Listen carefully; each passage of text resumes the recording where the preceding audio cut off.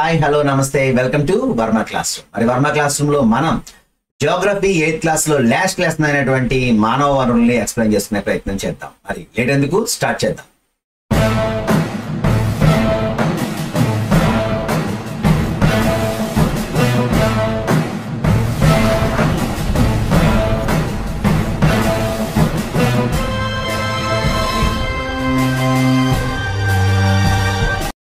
మానవ వనరులు అంటే మనకు తెలుసు ఆల్రెడీ హ్యూమన్ రిసోర్సెస్. మనం ఫస్ట్ లెసన్ లో రిసోర్సెస్ గురించి చెప్పుకునేటప్పుడే ఆల్రెడీ ఈ మానవ వనరుల గురించి మనం చెప్పుకోవడం జరిగింది.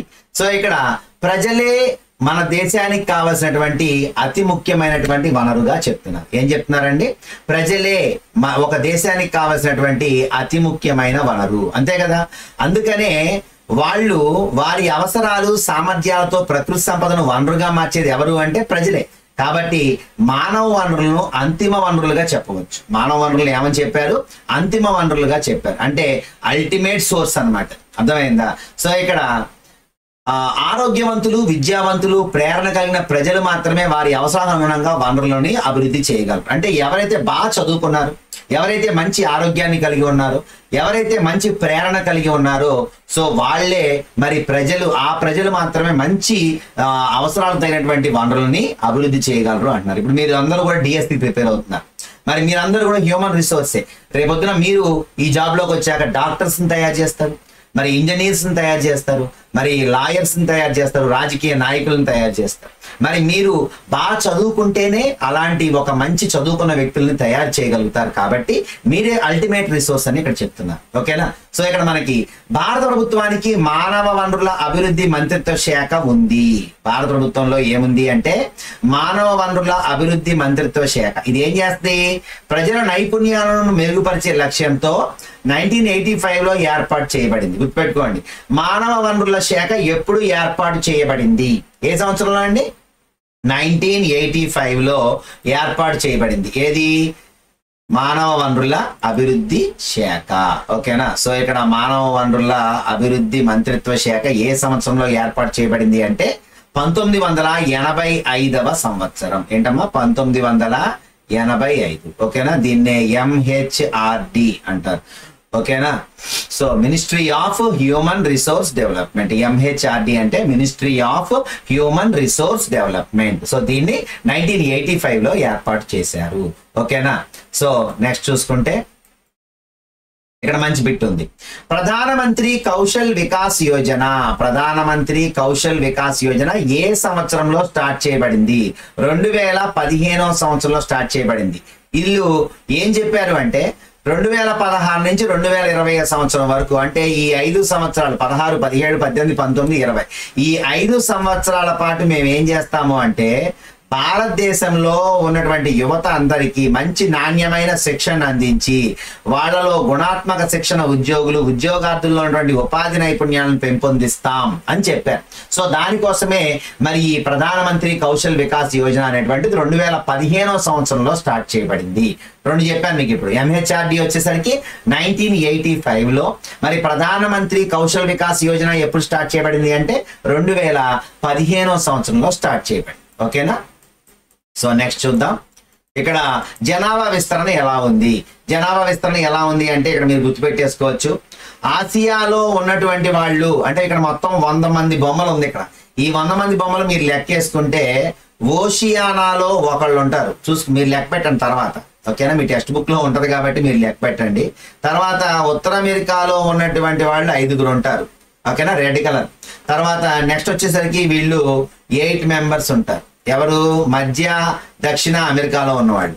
ఆఫ్రికాలో ఉన్న వాళ్ళు 13 మంది ఉంటారు. ఓకేనా?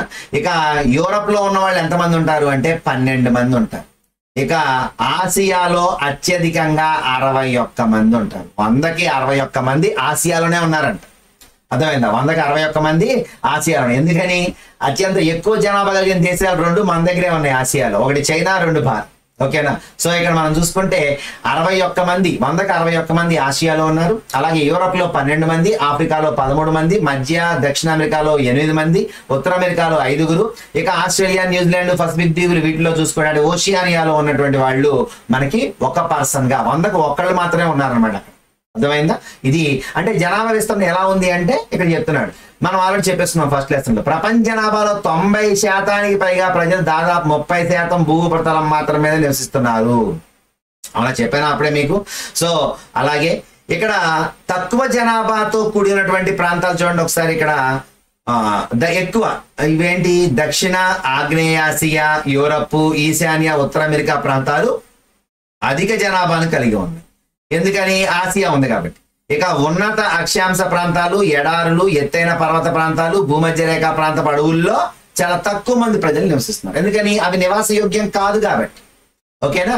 సో నెక్స్ట్ చూసుకుంటే భూమధ్య రేఖకు దక్షిణంగా కంటే ఉత్తరాన ఉన్న ప్రాంతాల్లో ఎక్కువ మంది ప్రజలు నివసిస్తున్నారు. గుర్తుపెట్టుకోండి, మనకి గ్లోబ్ తీసుకుంటే ఉత్తరాన ఎక్కువ మంది ఉన్నారా, దక్షిణాన ఎక్కువ మంది ఉన్నారా అని తీసుకుంటే ఉత్తరానే ఎక్కువ మంది ఉన్నారు. ఓకేనా? సో అలాగే నెక్స్ట్ ప్రపంచ జనాభాలో 4/3 మంది ఆసియా, ఆఫ్రికా ఖండాల్లోనే ఉన్నారు. ఆసియా ప్లస్ ఆఫ్రికా కలిపితే ఎంతమంది అవుతారండి? 74 మంది అవుతారు. అర్థమైందా? ఆసియా ప్లస్ ఆఫ్రికా కలిపితే 74 మంది అవుతారు. అందుకే ఏమంటున్నాడు? 4/3. 75 నియర్లీ 75 అంటే 3 వంతుల్లో మనకి ఇక్కడ మొత్తం 4 వంతుల్లో 3 వంతులు ఎక్కడ ఉన్నారు? మొత్తం ఆసియా, ఆఫ్రికాలోనే ఉన్నారు అని చెప్తున్నాడు. అర్థం చేసుకోండి. ఓకేనా?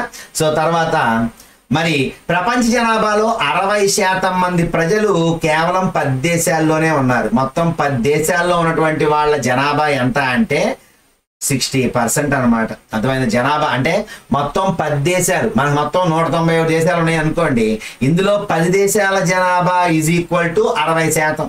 మిగిలినటువంటి 181 దేశాలు కలుపుకొని ఎంత అంటే 40%. అంటే చూసుకోండి, అంటే ఒకే దగ్గర ఎక్కువగా కేంద్రీకృతమైనది ఉందన్నమాట ఈ జనాభా అనేటువంటిది. అర్థమైందా? సో నెక్స్ట్ ఇక్కడ చూడండి, జనాభా మిలియన్లో ఇచ్చాడు, బొమ్మ ఇచ్చాడు చూడండి. జపాన్లో, రష్యాలో, నైజీరియా అలా చూసుకుంటే మనకి చైనా టాప్ లో ఉంది, ఇండియా సెకండ్ పొజిషన్ లో ఉండటం జరిగింది. ఓకేనా? నెక్స్ట్ చూడండి, జన సాంద్రత. ఏంటమ్మా? జన సాంద్రత.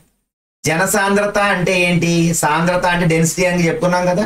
డెన్సిటీ ఆఫ్ పాపులేషన్ అన్నమాట. ఇది ఏంటి? ఒక భూ ఉపరితలంపై ఉన్నటువంటి ఒక యూనిట్ వైశాల్యంలో, యూనిట్ అనేది ఏం చేసుకుంటారు అంటే ఒక చదరపు కిలోమీటర్కు ఎంతమంది నివసిస్తున్నారో అదే జనసాంద్రత. ఏంటమ్మా? ఒక చదరపు కిలోమీటర్కు ఎంతమంది ప్రజలు నివసిస్తున్నారో అదే జనసాంద్రత. సో భారతదేశంలో సగటు జనసాంద్రత ఎంత అని అడిగే అవకాశం ఉంది. ఇది 2011 జనాభా లెక్కల ప్రకారం 2021 జరగాల్సిన జనాభా లెక్కలు కోవిడ్ కారణంగా పోస్ట్ పోన్ అవ్వటం, ఇంకా ఎప్పటికీ జరగకపోవటం వలన ఫ్రెష్ లెక్కలు లేవు. కాబట్టి పాత లెక్కల్నే మనం ఇప్పుడు తీసుకుంటాం. సో ఇక్కడ జనాభా, జనసాంద్రత రెండు తీసుకుంటే రెండు కూడా 2011 జనాభా లెక్కలనే తీసుకోవాలి. సో కాబట్టి ఇక్కడ భారతదేశంలో సగటు జనసాంద్రత చదరపు కిలోమీటర్కు 382 మంది నివసిస్తున్నారు.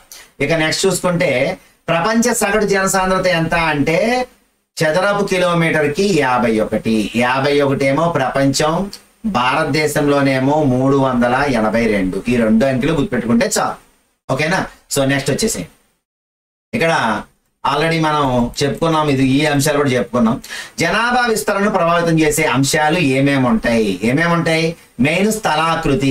అక్కడ స్థలాలు మంచిగా నివసించడానికి అనుకూలంగా ఉంటేనేమో ఎక్కువ మంది ఉంటారు. పర్వతాలు, పీఠభూములు ఇలాంటివి ఉంటేనేమో చాలా తక్కువ మంది కనిపిస్తారు. మైదానాల్లో ఎక్కువ మంది ఉంటారు. అంతే, ఇక్కడ అంతకంటే మీరు చదవాల్సింది ఏం లేదు. ఇక శీతోష్ణ స్థితి, మంచిగా వాతావరణం ఉంటేనేమో సమశీతోష్ణ మండలాల్లో ఎక్కువ మంది ఉంటారు. మరి ఎడారి ప్రాంతాల్లో, మరి ధ్రువ ప్రాంతాల్లో ఉంటారా? ఉండరు. అంతే. తర్వాత నేల, మనకి పంటలు పండడానికి అనుకూలమైనటువంటి మైదానాలు ఉంటే అక్కడ ఎక్కువ మంది ప్రజలు ఉంటారు. ఎందుకని? పంటలు పండుతాయి కాబట్టి, అక్కడ వాళ్ళ జీవనోపాధి శుభ్రంగా దొరుకుతుంది కాబట్టి. అంటే మరి ఇక్కడ చూడండి, భారతదేశంలో గంగా, బ్రహ్మపుత్ర, చైనాలోని హోయాంగ్ హో, ఓకేనా, తర్వాత చాంగ్జియాంగ్, ఈజిప్ట్ లో ఉన్నటువంటి నైలు నది. గుర్తుపెట్టుకుని అడగచ్చు, హోయాంగ్ హో నది ఏ దేశంలో కలదు? చైనా. చాంగ్జియాంగ్ నది ఎక్కడ కలదు? చైనా. మరి నైలు నది ఏ దేశంలో ఉంది? ఈజిప్ట్ దేశంలో ఉంది. ఓకేనా? ఈజిప్ట్ దేశంలో నైలు నది. ఓకేనా. తర్వాత నీరు, ప్రజలు మంచినీరు ఎక్కడ దొరికితే అక్కడ ఉంటారు. అలాగే నదీ లోయ ప్రాంతాల్లో జనసాంద్రత ఎందుకు అధికంగా ఉంటుంది అంటే అక్కడ నీరు దొరుకుతుంది కాబట్టి. ఎడారిలో జనసాంద్రత తక్కువగా ఎందుకు ఉంటుంది అంటే అక్కడ నీళ్లు ఉండవు కాబట్టి. ఓకేనా. సో నెక్స్ట్ ఖనిజాలు. ఖనిజాలు ఎక్కడ ఎక్కువ దొరికితే అక్కడ జనాలు వెళ్తారు. ఎందుకని?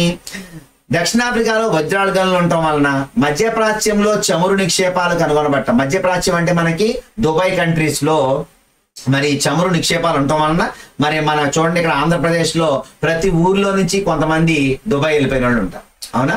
మరి ఆ దుబాయ్, కువైట్, ఖతరు, దోహా ఇలాంటి సౌదీ అరేబియా ఈ దేశాలన్నీ కూడా అత్యధికంగా చమురు ఉన్నటువంటి దేశాలు కాబట్టి అక్కడికి ఎక్కువగా వలస వెళ్ళిపోతూ ఉంటారు. ఓకేనా.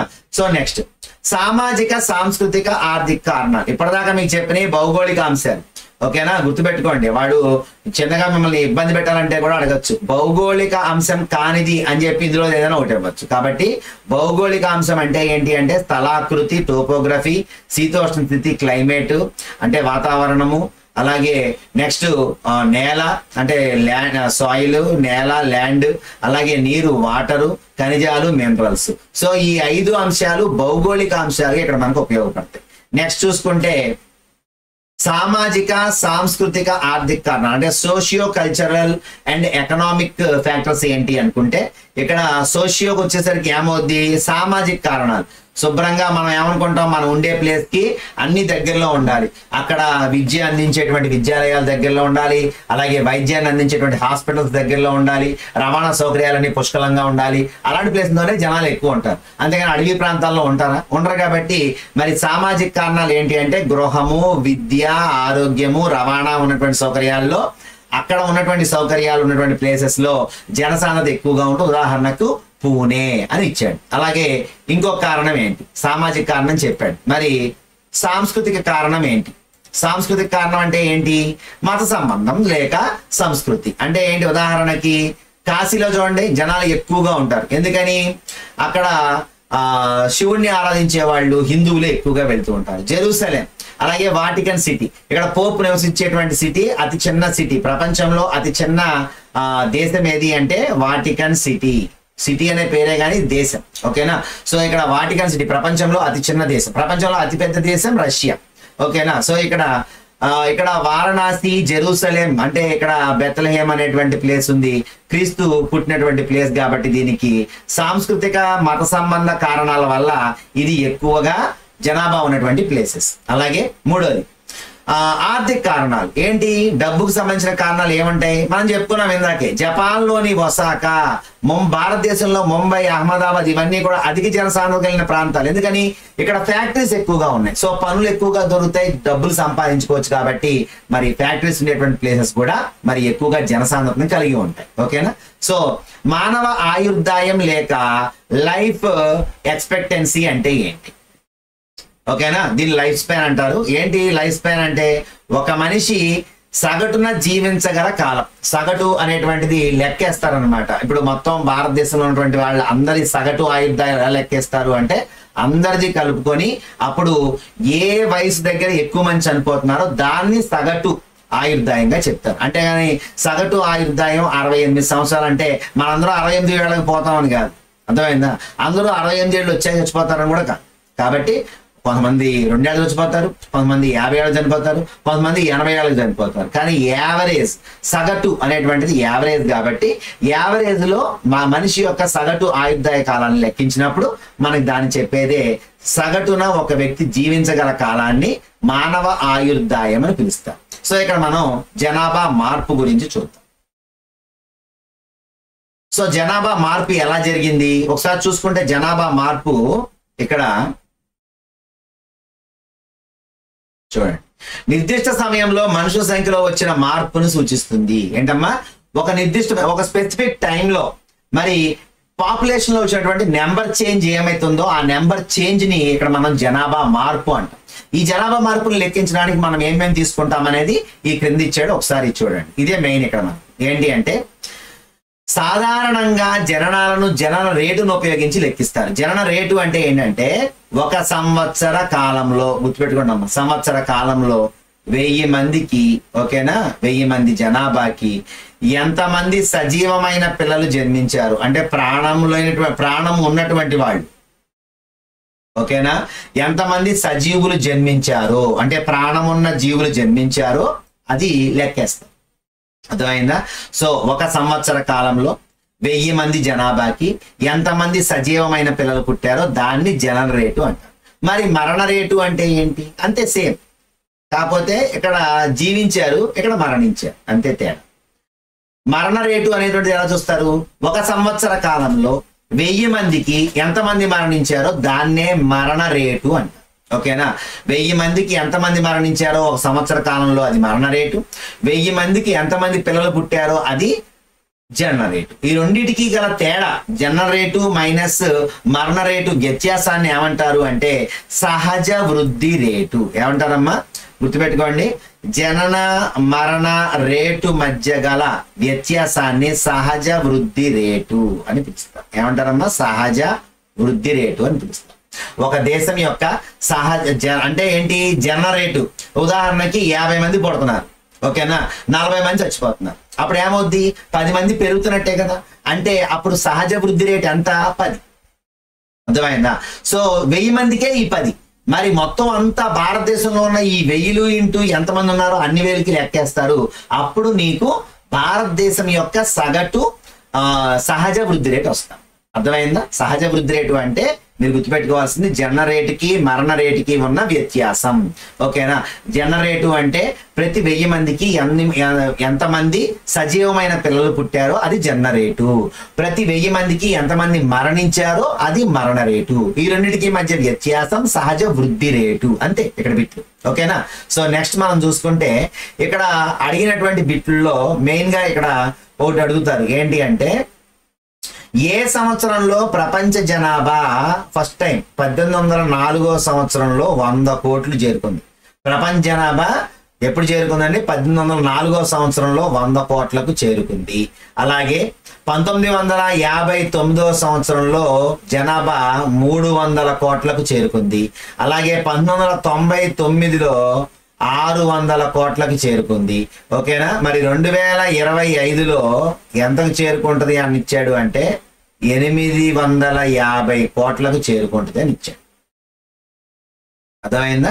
సో ఇక్కడ 85-25 మిలియన్లు, 85-25 మిలియన్లు 2025లో టెక్స్ట్ బుక్ లో మీకు ఇచ్చినటువంటిది 85-25 మిలియన్లు. ఓకేనా? గుర్తుపెట్టుకోండి.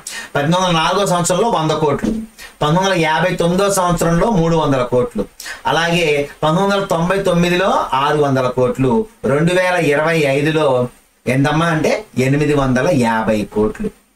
అర్థమైందా? సో ఇక్కడ మనకి ఈ 3 సంవత్సరాలు ఈ జనాభాని గుర్తుపెట్టుకోండి, సరిపోతుంది. అంతకుమించి మిమ్మల్ని ఇక్కడ అడిగేటువంటి అవకాశం ఏమీ లేదన్నమాట. ఓకేనా? సో నెక్స్ట్ చూసుకుంటే ఇక్కడ చిన్నగా ఇచ్చాడు, పెద్ద ఇంపార్టెంట్ ఏం కాదు, మీకు తెలుసు ఆల్రెడీ. జననాల రేటు మరణాల రేటు కంటే ఎక్కువగా ఉంటే జనాభా పెరుగుద్ది. అంతేగా?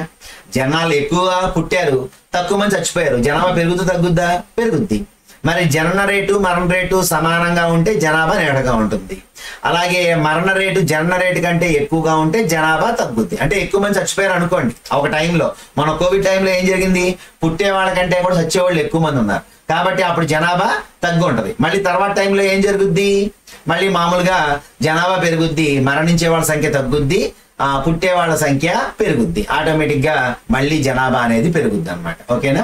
సో ఇక్కడ మనకి వలస రావటం, ఒక వ్యక్తి నూతనంగా ఒక దేశంలోకి రావడాన్ని వలస రావటం అంటారు. వలస పోవటం అంటే ఏంటి? ఒక వ్యక్తి తను ఉంటున్న దేశం విడిచి వెళ్ళిపోవడం. ఎలా జరుగుద్ది ఇది?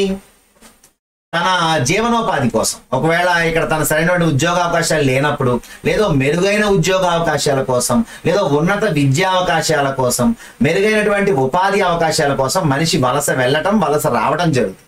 సో ఇక్కడ వీళ్ళని ఏమంటారు అనేటువంటిది ఇక్కడ చూసుకుంటే, ఒక దేశాన్ని వదిలి వెళ్ళిపోయే ప్రజలను వలసపోయేవారు లేక ఎమిగ్రెంట్స్ అంటారు. ఓకేనా? అలాగే ఒక దేశంలోకి వచ్చే వారిని ఇమిగ్రెంట్స్ అంటారు. ఇప్పుడు అమెరికా నుంచి మన దేశంలోకి వస్తున్నారు అనుకోండి, వాళ్ళని ఏమనాలి? ఇమిగ్రెంట్స్ అంటాం. అదే మనం ఉద్యోగం కోసం వేరే దేశం వెళ్తున్నాం అనుకోండి, మన దేశాన్ని వదిలి వెళ్ళిపోతున్నాం కదా, కాబట్టి మనం ఎమిగ్రెంట్స్ అవుతాం. ఓకేనా?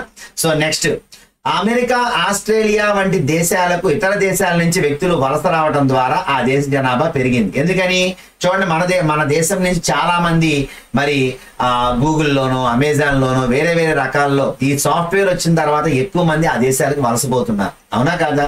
అలాగే ఒక దేశం నుంచి ప్రజలు బయటకి వెళ్ళిన కారణంగా ఆ దేశ జనాభా తగ్గింది. ఉదాహరణకు సుడాన్ దేశంలో చాలా మంది ఆ దేశం వదిలేసి వెళ్ళిపోయారంట. అందువల్ల సుడాన్ దేశంలో జనాభా తగ్గిపోయింది. ఓకేనా?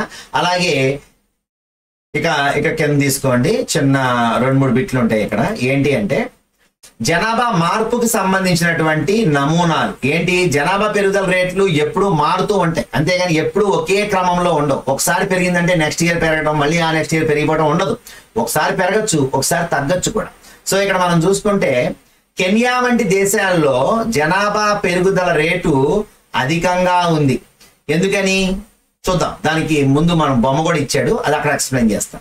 ఈ దేశాల్లో జనన రేటు, మరణ రేటు రెండూ కూడా అధికంగా ఉన్నాయంట. అందుకనే ఇక్కడ జనాభా పెరుగుదల రేటు అధికంగా ఉంది అంటున్నాడు. అయితే ఏంటంట, మరి రెండు సమానంగా ఉంటే జనాభా నిలకడగా ఉండాలి కదా సార్, జనాభా ఎందుకు పెరిగింది అని డౌట్ రావాలి మీకు. అయితే ఇప్పుడు ఏమంటున్నాడు ఇక్కడ, ఆరోగ్య సదుపాయాలు మెరుగవటం వలన మరణాల రేటు తగ్గిపోయిందంట. కానీ జననాల రేటు ఎక్కువగా ఉంది కాబట్టి పెరుగుదల రేటు ఎక్కువగా ఉంది. ఆల్రెడీ మనం ఇందాక చదువుకున్నది. ఓకేనా? అలాగే యునైటెడ్ కింగ్డమ్ వంటి దేశాల్లో అంటే యూకేలో జనాభా పెరుగుదల తగ్గుతూ ఉందంట. ఇక్కడ ఏం చెప్పాం, కెన్యాలో జనాభా పెరుగుదల రేటు అధికంగా ఉందన్నాం. కారణం ఏంటి? రెండు సమానంగా ఉన్నప్పటికీ ఈ మధ్య కాలంలో వైద్య సదుపాయాలు పెరగడం వల్ల చచ్చిపోయే వాళ్ళు తగ్గిపోయారు, పుట్టే వాళ్ళు పెరిగారు. అందువల్ల జనాభా పెరుగుదల రేటు ఈ కెన్యా దేశంలో ఎక్కువగా ఉంది అని చెప్తున్నాడు. మరి యూకేలో ఏమైందంట, పెరుగుదల రేటు తగ్గుతూ ఉందంట. ఎందుకని?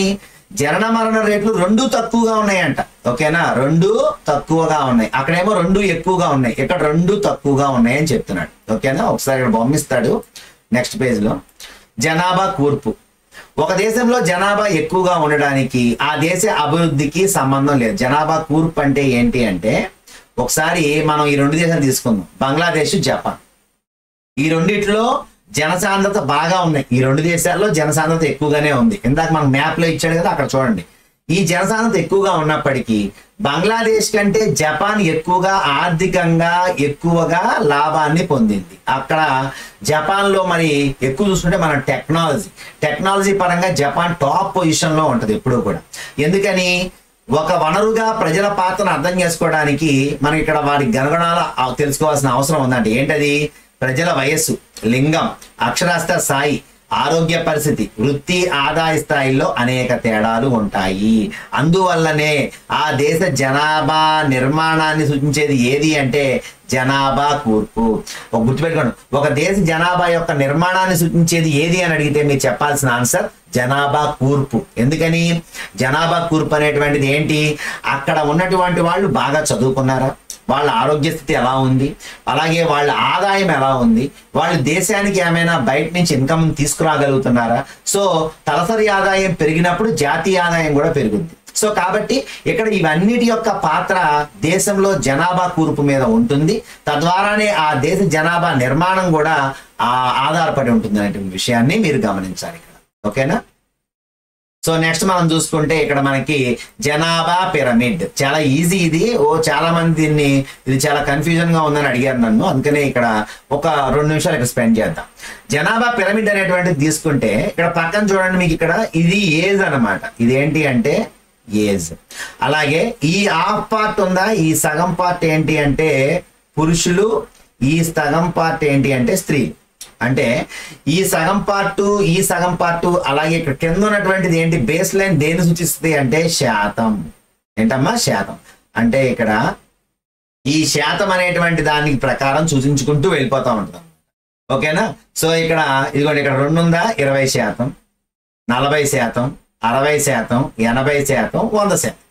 ఓకేనా? సో ఇలాగే ఇటుపక్క కూడా 20, 40, 60, 80, 100% అనమాట. సో ఇక్కడ శాతం ఉంటుంది బేస్ లైన్ లో. ఇటు పక్క రెడ్ కలర్ లో ఉన్నటువంటి వాళ్ళందరూ కూడా స్త్రీలు, బ్లూ కలర్ లో ఉన్నటువంటి వాళ్ళందరూ కూడా పురుషులు. ఏ ఏజ్ లో ఎంతమంది ఉన్నారు, 0 to 4 ఎంతమంది ఉన్నారు చూడండి. 80కి 10కి మధ్యలో అంటే 90% ఇక్కడ పురుషులు ఉన్నారు. అలాగే ఇక్కడ కూడా 90% స్త్రీలు ఉన్నారు. ఇలాగా మనం చూసుకోవచ్చు అనమాట. ఈ పర్సంటేజ్లు విడగొడతా ఉంటది. అలాగే ఇటు పక్క ఉన్నటువంటిది ఏది సూచిస్తుంది గుర్తుపెట్టుకోండి. ఎడమ వైపు ఉన్నటువంటి ఈ లైన్ దేని సూచిస్తుంది అంటే మనకి ఏజ్ ని చూపిస్తుంది. అలాగే బేస్ లైన్ దేని సూచిస్తుంది అంటే శాతాన్ని చూపిస్తుంది. ఓకేనా? సో దీన్నే ఈ జనాభా పిరమిడ్ ని ఏమని పిలుస్తారని అడుగుతాడు. వయస్సు లింగ పిరమిడ్ అని పిలుస్తారు. ఏమని పిలుస్తారమ్మా? వయస్సు లింగ పిరమిడ్ అని పిలుస్తారు. ఓకేనా? సో నెక్స్ట్ మనం చూసుకుంటే ఇక్కడ 3 దేశాల యొక్క పిరమిడ్లు ఉంటాయి. ఈ 3 పిరమిడ్లు మనం అబ్జర్వ్ చేస్తే ఈ పాఠం అయిపోయింది. 1 కెన్యా దేశ జనాభా పిరమిడ్. కొంచెం జూమ్ చేస్తాను మీకు ఇబ్బంది లేకుండా ఉండడం కోసం. ఒకసారి కెన్యా దేశం యొక్క జనాభా పిరమిడ్. ఈ కెన్యా దేశంలో ఉన్నటువంటి జనాభా పిరమిడ్ ఏమైంది చూడండి ఒకసారి. ఇక్కడ ఇది ఫస్ట్ ఏమో స్టార్టింగ్ విపరీతంగా పెరిగిపోయింది. తర్వాత బాగా తగ్గింది, తగ్గుతూ చివరికి ఏమైపోయింది? సన్నగా అయిపోయింది పైన. అవునా? అంటే ఏంటి అర్థం? ఎంతమంది పుడుతున్నారో అంతమంది ఈ చివరి దాకా అంటే వీళ్ళు 75 ఏళ్ళు వచ్చేదాకా ఉంటలా చాలా మంది చచ్చిపోతున్నారు అనమాట. చూడండి ఇక్కడ చిన్న వయసులోనే చాలా మంది చచ్చిపోయారు. ఇక్కడ ఇంకా అంటే 14 ఏళ్ల వయసులో లోపలే 100%, 100 కంటే ఎక్కువ ఉన్నటువంటిది ఏకంగా 60% వెళ్ళిపోయింది. అంటే బాల్య మరణాలు ఎక్కువ అని అర్థం చేసుకోవాలి. ఎక్కడ? కెన్యా దేశంలో. అర్థమైందా? సో నెక్స్ట్ భారతదేశం తీసుకోండి. భారతదేశం చూసుకుంటే భారతదేశంలో మామూలుగా బాల్య మరణాలు తక్కువ అనే విషయం మీకు అర్థమవుతుంది. చూడండి ఇక్కడ దీని తర్వాత నెక్స్ట్ స్టెప్కి ఎక్కువ గ్యాప్ లేదు. అంటే ఒక్కో వయసు వచ్చేసరికి ఒకరు చచ్చిపోతూ ఉంటారు, కామనే. అయితే బాల్య మరణాల రేట్ అనేటువంటిది మాత్రం కొంచెం తక్కువే. అంటే ఏంటి? కెన్యాతో పోల్చుకుంటే తక్కువే. ఓకేనా? సో మరి ఇక్కడ నెక్స్ట్ లాస్ట్ బొమ్మ చూసుకుంటే ఏంటి అంటే ఇది జపాన్ దేశంలో ఉన్నటువంటి జనాభా పిరమిడ్. ఇక్కడ చూడండి బాల్యంలో ఉన్నటువంటి వాళ్ళు ఎవరైతే ఉన్నారో ఎక్కడా కూడా మరణాలని జయించుకుంటూ అదే లెవెల్లో మెయింటైన్ అవుతుంది. కానీ ఎక్కడా ఒక్కసారే డౌన్ఫాల్ అవ్వట్లా. చూడండి ఎక్కడ డౌన్ఫాల్ అయింది? 70 ఏళ్ల తర్వాతనే డౌన్ఫాల్ స్టార్ట్ అయింది. అంటే సుమారు వారి యొక్క సగటు జీవిత కాలం 60 ఏళ్ల పైనే అనమాట. అలాగే వాళ్ళందరూ కూడా అత్యధికమైనటువంటి వృద్ధులు, అత్యధిక వయసు కలిగిన వృద్ధులు ఏ దేశంలో ఉన్నారు అంటే జపాన్లోనే ఉన్నారు. అర్థమైందా? వాళ్ళు మంచి ఆరోగ్య అలవాట్లు కలిగి ఉన్నారు కాబట్టి జపాన్లో ఉన్నటువంటి వృద్ధులు ఎక్కువ కాలం జీవిస్తున్న వృద్ధులుగా పేరుగాంచారు ప్రపంచం మొత్తంలో కూడా. ఓకేనా? సో ఇక్కడ మనం ఏం అర్థం చేసుకోవాలి అంటే ఇక్కడ గనక మనకి జనన మరణాల రేటు సమానంగా ఉంటుందా లేదంటే ఎక్కువగా ఉంటుందా తక్కువగా ఉంటుందా అనేటువంటిది ఈ బేస్ నిర్ణయిస్తుంది. భారతదేశంలో చూసుకున్నట్టే అలాగే మరి ఇక్కడ కెన్యా దేశంలో తీసుకుంటే కెన్యా దేశంలో ఒక్కసారిగా గ్రాడ్యువల్ మార్పు వచ్చింది, ఇలా వెళ్ళిపోయి సన్నగా అయిపోయింది. మరి ఇక్కడ చూసుకుంటే కొంచెంగా మారుతూ సన్నగా మారింది. అలాగే ఇక్కడ చూసుకుంటే ఎక్కడా కూడా మరి బాల్య మరణాలు సంభవించినటువంటిది మనకి కనిపించటం లేదు. కాబట్టి వాళ్ళు చాలా జాగ్రత్తగా వాళ్ళ పిల్లల్ని కేర్ తీసుకుంటున్నారనే విషయాన్ని మనం అర్థం చేసుకోవాలి. అలాగే వీళ్ళందరూ కూడా ముసలివారిగా అయ్యేంత వరకు కూడా జీవించి ఉంటున్నారు అనేటువంటి విషయాన్ని మనం ఇక్కడ తెలుసుకోవచ్చు అనమాట. ఓకేనా? కాబట్టి ఇక్కడ వాడు ఏమన్నాడు చూడండి, సానుకూల దృక్పథం కలిగి నైపుణ్యం, పట్టుదల, ఉత్సాహం కలిగినటువంటి యువత ఏ దేశ భవిష్యత్తుకైనా ముఖ్యమైన వారు. అటువంటి వాళ్ళు ఎక్కడ ఎక్కువగా ఉన్నారు? భారతదేశంలో ముఖ్యమైన వనరుగా ఉన్నారు.